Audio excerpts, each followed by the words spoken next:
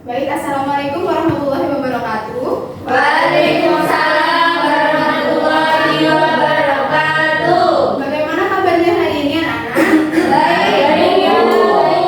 Gimana kabarnya? Alhamdulillah sehat juga.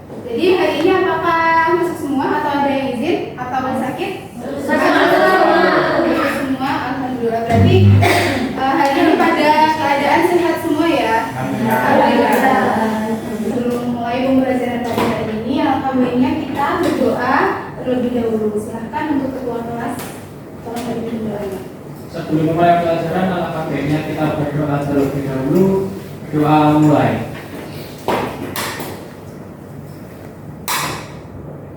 Selesai. Baik, terima kasih. Pertemuan hari ini kita sudah memasuki bab yang ke-6, yaitu tentang struktur bumi dan perkembangannya. Nah, sebelumnya kalian di kelas 7 dulu sudah mempelajari tentang tata surya kan ya? Iya. Selama setahun ke belakang ini apakah masih ingat apa itu tata surya? Dikit Bu. Kumpulan benda-benda. Ya, coba Mbak Lilis. Saya izin menjawab, Ibu. Tata surya adalah kumpulan benda-benda langit yang mengelilingi matahari. Betul. Nah, jadi matahari itu dikelilingi oleh planet-planet kan. Nah, itu merupakan bentuk tata surya. Yang mana planet-planetnya itu ada berapa kemarin? Ada 8. Salah satunya planet yang kita jejaki, yaitu planet apa? Bumi. Nah, bumi itu bentuknya gimana sih? Bulat. Bulat. Iya betul. Jadi bumi itu bulat, berbentuk bulat, tapi bukan bulat seperti bola yang mulus bulat gitu ya, bukan gitu. Tapi bentuknya itu bulat tepat, yang mana di ujung-ujungnya itu kutub utara dan kutub selatan itu sedikit rapat gitu. Bisa dibayangkan? Sebelum kita memasuki materi inti, kalau lebih baiknya saya kasih tahu dulu ke kalian tujuan pembelajaran hari ini, yaitu yang pertama menjelaskan karakteristik lapisan-lapisan penyusun bumi berupa wujud, kandungan di dalamnya, suhu dan kedalamannya. Yang kedua yaitu menjelaskan hubungan antara morfologi bentangan alam dengan peran dan fungsi struktur lapisan bumi. Nah, jadi untuk asesmen atau penilaian yang harus kalian kerjakan itu ada 3 macam, yaitu yang pertama tes diagnostik. Nah, kemarin kalian sudah mengerjakan tes diagnostik kognitif sama gaya belajar kan?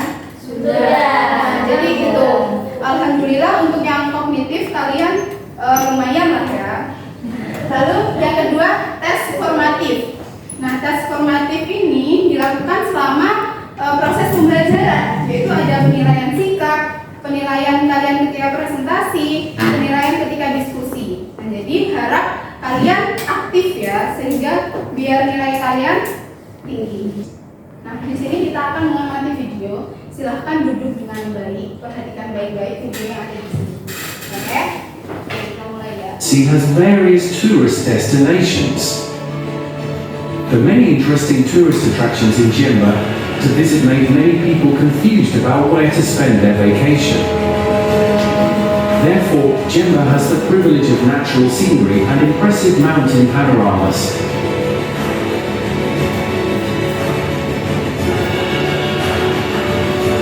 You can enjoy holidays in all the natural attractions here, starting from waterfalls, beach objects, swimming pools, village attractions, mountain views, beautiful tea plantations, and much more in Jemba.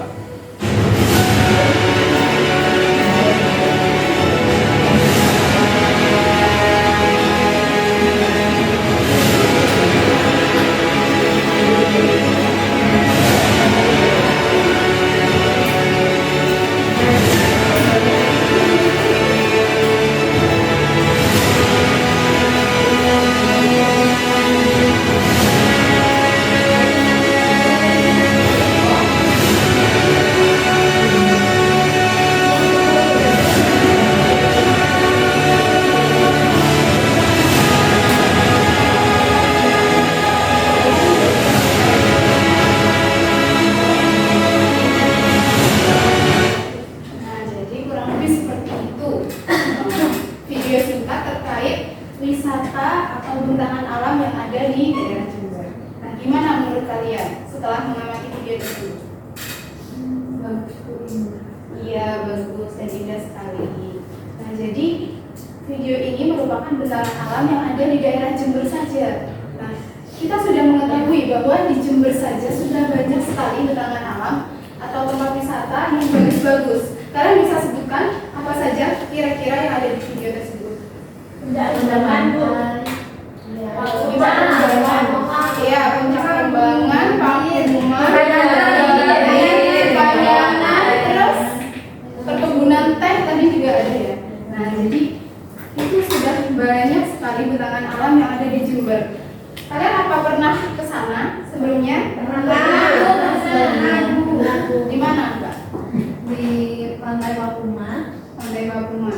Nah, jadi ya betul. Kita harus bangga sebagai orang Jember, kita sudah memiliki wisata yang banyak. Nah, bagi orang-orang yang suka traveling, kalian jangan jauh-jauh dulu karena di daerah sekitar kita itu masih banyak.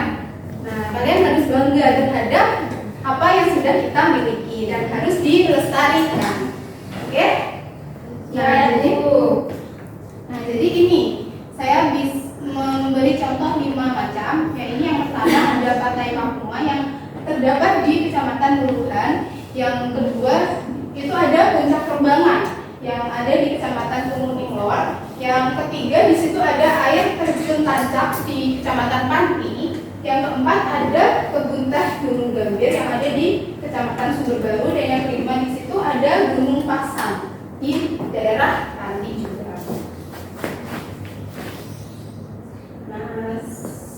Jadi berdasarkan video tersebut saya akan bertanya nih, yaitu yang pertama, mengapa bumi dapat memiliki bentaran alam seperti itu? Kira-kira apa? Ada yang mau mengajukan opini atau pendapat?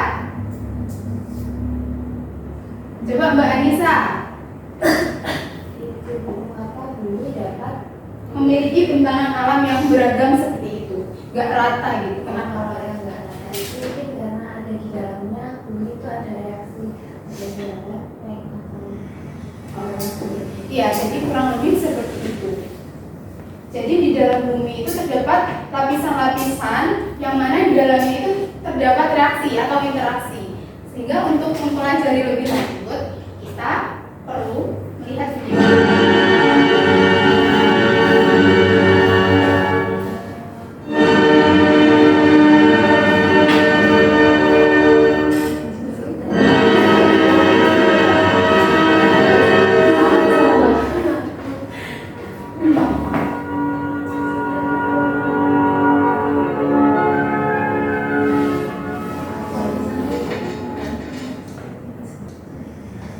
Jadi kurang lebih di sini bumi memiliki 4 macam lapisan, yaitu yang terluar ini disebut dengan crust atau kerak bumi. Yang di bawahnya itu ada mantle atau mantel bumi. Kemudian yang ketiga di bawahnya mantel itu ada outer core atau inti luar. Terus yang paling dalam ini ada inner core atau inti dalam. Jadi kurang lebih seperti itu strukturnya. Selanjutnya kita akan berdiskusi. Nanti Ibu akan memberikan kalian LKPD. Nah, jadi kurang lebih yang dibahas itu yang pertama, bagaimana karakteristik masing-masing lapisan tadi. Nah, itu berupa wujud, kandungan di dalamnya, suhu, dan juga kedalamannya. Kemudian yang kedua, bagaimana hubungan antara morfologi bentangan alam dengan peran masing-masing fungsi dari lapisan tersebut. Ibu akan membagikan LKPD. Untuk kelompoknya seperti yang pertemuan kemarin kan. Sekarang sudah duduk di kelompoknya masing-masing ya? Sudah. Oke, jadi ada 2 kelompok. Silakan didiskusikan. Nah, di sini Ibu akan memberi waktu selama 15 menit, cukup ya? Cukup. Oke, jadi saya kasih waktu 15 menit mulai sekarang. Silakan didiskusikan. Jadi kalau misalnya ada pertanyaan, silakan ditanyakan kepada dia. Diharapkan semuanya ikut andil dalam berdiskusi. Jangan ada yang tidak ikut berdiskusi. Iya, Bu. Terus itu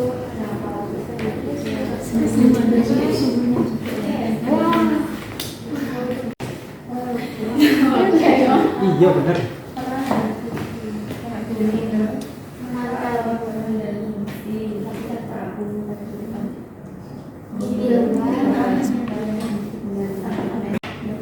Nah, karena waktunya sudah habis nih, sudah 15 menit. Apakah sudah selesai semua atau perlu tambahan waktu? Sudah. Oke, alhamdulillah. Jadi sekarang sudah siap untuk presentasi ya? Ya. Mulai dari kelompok yang pertama.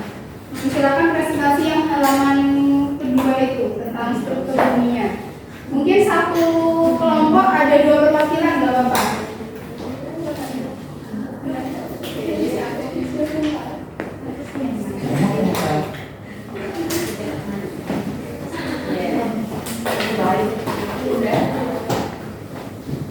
Baik, kami dari perwakilan kelompok 1, nama saya Detia dan nama saya Andrea, akan mempresentasikan hasil diskusi dari kelompok 1 yang pertama yaitu tentang mengidentifikasi struktur lapisan bumi. Yang pertama, lapisan pertama yaitu kerak bumi, yang kedua mantel, yang ketiga inti luar, dan yang keempat ada inti dalam. Lalu yang nomor 2, Ini dibaca semua. ya silakan. Lapisan yang pertama itu ada kerak bumi, wujudnya itu padat dan keras. Suhunya 0 sampai 870 derajat Celcius. Komponen penyusunnya tanah, batuan, oksigen, silikon dan lain-lain. Ketebalannya 30 sampai 70 km. Kemudian yang kedua ada mantel bumi. Wujudnya kental atau cair, suhunya 250 sampai 2500 derajat Celcius. Komponen penyusunnya ada silikat, besi, magnesium. Ketebalannya 2900 km. Yang ketiga ada inti luar, wujudnya cair, suhunya 4000 sampai 6000 derajat Celcius. Komponen penyusunnya besi dan ikan cair. Ketebalannya 2900 sampai 5100 km. Yang terakhir ada inti dalam, wujudnya itu padat, suhunya 5000 sampai 7000 derajat Celcius. Komponen penyusunnya besi dan nikel padat, dan ketebalannya 5100 sampai 6378 km.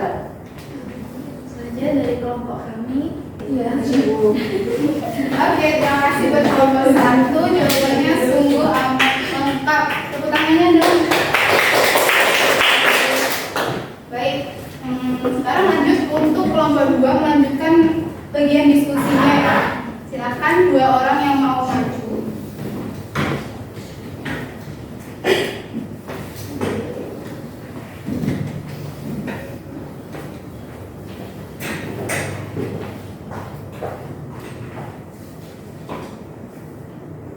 Assalamualaikum warahmatullahi wabarakatuh. Waalaikumsalam warahmatullahi wabarakatuh. Kami perwakilan dari kelompok 2 izin menyampaikan hasil diskusi kami. Yang pertama yaitu apa peran dan fungsi lapisan kerak bumi pada kehidupan di bumi. Jawabannya adalah bagian terluar merupakan lapisan yang paling tipis dibandingkan lapisan-lapisan lainnya, yaitu terdiri atas tanah dan batuan yang mudah pecah dan mengandung berbagai unsur kimia seperti oksigen, silikon, besi, aluminium, kalsium, magnesium, natrium, dan juga kandungan batu yang berharga seperti emas, perak, platinum, atau karbon dalam bentuk berlian dan grafit. Kerak bumi ini berperan sebagai tempat kehidupan berlangsung sumber daya alam. Yang kedua yaitu apa peran dan fungsi lapisan mantel bumi pada kehidupan di bumi. Lapisan ini merupakan lapisan yang paling tebal yang sebenarnya terdiri dari 2 lapisan yaitu inti bumi, lapisan mantel luar dan mantel bawah atau dalam.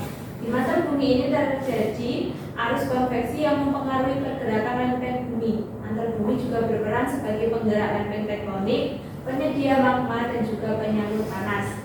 Dan yang ketiga yaitu apa peran dan fungsi lapisan inti luar pada kehidupan di bumi. Lapisan inti luar ini adalah salah satu-satunya lapisan yang terdiri dari cairan yang pekat yang disebut dengan cairan magma, dan inti luar ini berperan sebagai pembentuk medan magnet bumi dan penyalur panas. Selanjutnya nomor 4, apa peran dan fungsi lapisan inti dalam pada kehidupan di bumi? Lapisan inti dalam memiliki bentuk padatan karena tekanan yang sangat tinggi sehingga batuan yang terdapat pada lapisan ini tetap berada dalam bentuk padat. Inti dalam berperan berperan sebagai sumber panas utama bumi, mendukung medan magnet bumi, dan menjaga stabilitas rotasi bumi. Nomor 5, menurut literatur, apa yang menyebabkan bumi tidak rata permukaannya? Nah, permukaan bumi tidak rata yang membentuk perubahan pada bentang alam ini diakibatkan oleh tenaga pembentuk bumi atau disebut juga tenaga geologi. Tenaga ini dibagi menjadi dua macam, yaitu tenaga eksogen yang berasal dari luar bumi seperti pelapukan, pengikisan, dan pengendapan. Yang kedua adalah tenaga endogen yang berasal dari dalam bumi seperti aktivitas tektonik, vulkanisme, dan gempa. Kombinasi faktor-faktor ini membentuk relief bumi yang bervariasi seperti gunung, lembah, bukit, dataran tinggi, dan palung laut. Terakhir, nomor 6, bagian mana dalam struktur lapisan bumi yang berperan dalam membentuk morfologi bentang alam?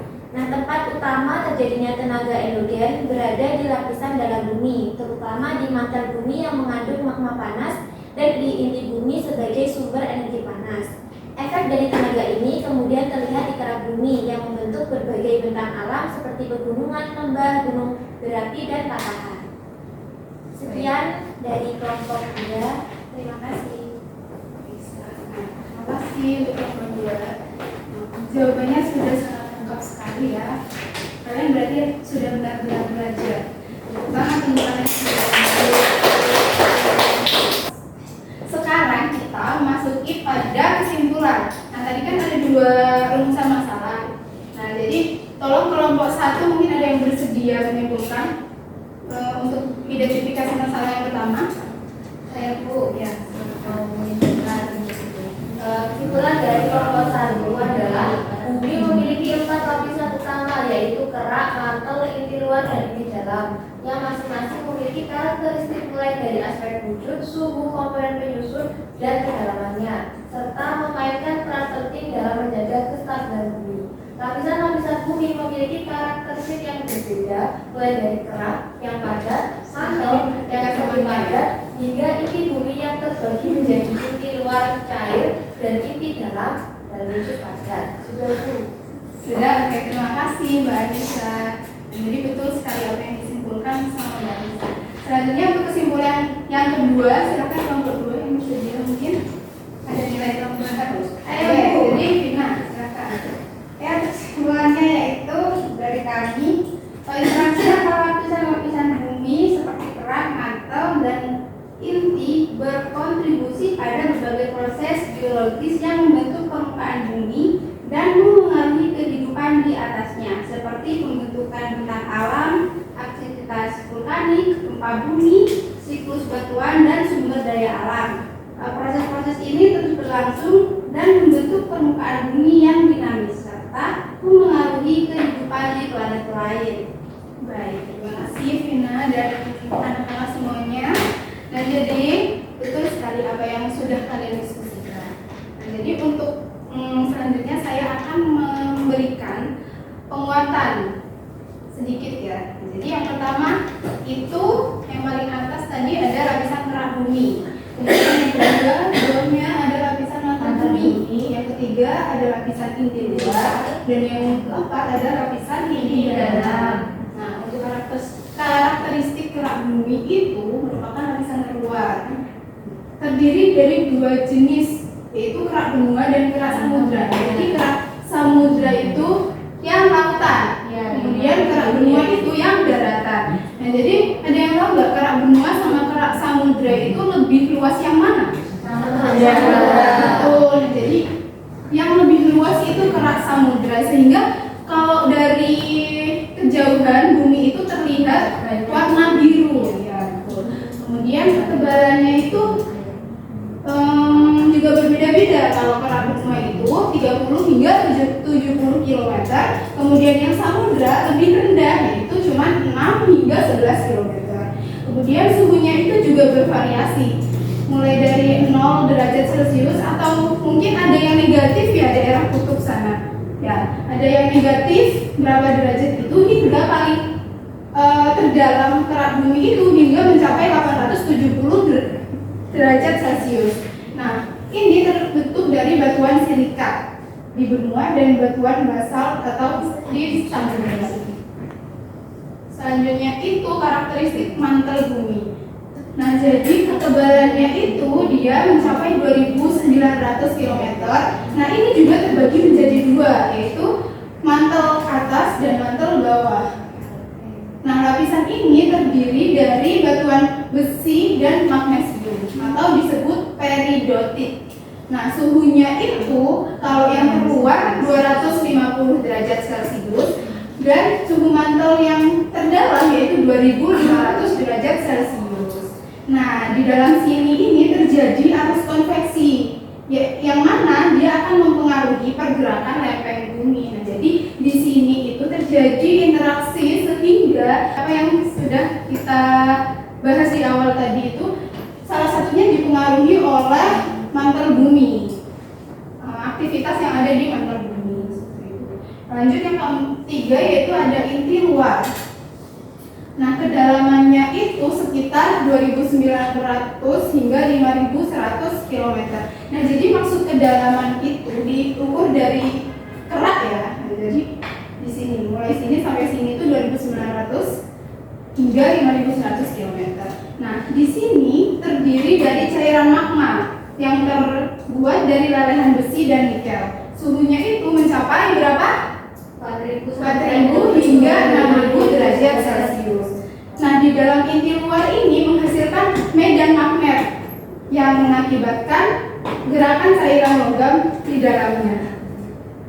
Selanjutnya yang keempat, yang paling dalam yaitu ada inti dalam atau inner core. Nah, ini merupakan pusat dari bumi dengan kedalaman 5.100 hingga 6.400 km. Di dalam inti itu tersusun dari besi dan nikel, tapi bentuknya itu padat. Kenapa bentuknya padat? Karena di sini itu tekanannya sangat tinggi sehingga bentuknya itu tetap padat, tidak cair. Nah, meskipun suhunya mencapai 5.000 hingga 7.000 derajat Celcius, tekanan tersebut sangat besar sehingga bentuknya tetap padat. Gitu. Nah, inti dalam ini berperan penting dalam pembentukan medan magnet bumi bersama inti luar. Nah, jadi kurang lebih seperti itu. Apakah ada yang masih dibingungkan? Sudah. Nah, karena kalian sudah paham ya, sekarang kita cek pemahaman kalian. Nah, jadi ada 3 kuis. Kita mulai ya. Yang pertama, soal 1, lapisan terluar dari bumi yang langsung bersentuhan dengan atmosfer dan tempat terjadinya kehidupan adalah, ada yang tahu? Yang angkat-angkat duluan, Mbak Iwis. D, Bu. D. Jadi jawabannya kerak. Kita lihat. Nah, jadi benar. Selanjutnya soal nomor 2. Silakan. Mbak Anissa. Silakan. Lapisan bumi yang berada di bawah kerak yang mengalami konveksi. Konveksi tadi di mana? Di mantel. Kita lihat. Betul. Saran terakhir. Coba silakan, ada yang mau mencoba? Yang lain ya. Saya. Oke, Mbak Fikria. Lapisan bumi manakah yang tersusun dari magma berbentuk cair dan menghasilkan medan magnet? C. Bu, inti luar. Tadi sudah dijelaskan, jadi jawabannya betul. C. Nah, jadi kurang lebih oke, mantap. Kurang lebih sekian materi yang dapat Ibu sampaikan pada hari ini. Sekarang Ibu akan bertanya nih, bagaimana perasaan kalian setelah melakukan pembelajaran hari ini? Oke, alhamdulillah. Terus apa yang kalian sukai dari pembelajaran hari ini? Ada kuisnya. Kemudian tadi ada video, suka nggak? Suka. Jadi tahu kan tentang alam yang ada di Jember ini? Oke. Apakah kalian memahami materi hari ini? Sudah ya, sudah paham. Oke. Ibu harap semoga materi yang sudah kita pelajari hari ini dapat bermanfaat. Nah, untuk selanjutnya Ibu tutup ya pembelajaran hari ini. Silakan untuk ketua kelas memimpin doa. Sebelum pembelajaran dairi, alangkah baiknya kita berdoa. Doa mulai.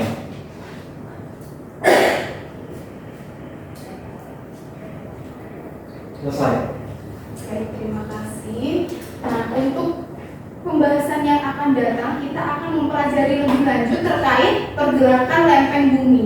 Nah, jadi di sana itu kita akan mengulik lebih dalam terkait gimana sih interaksinya, aktivitas di dalam masing-masing lapisan gitu. Nah, jadi untuk selanjutnya kalian bisa membaca dulu ya di buku kalian. Oke? Nah, jadi, oke. Sekian pembelajaran yang dapat saya sampaikan. Kurang lebihnya Ibu mohon maaf apabila terdapat kesalahan. Wassalamualaikum warahmatullahi wabarakatuh.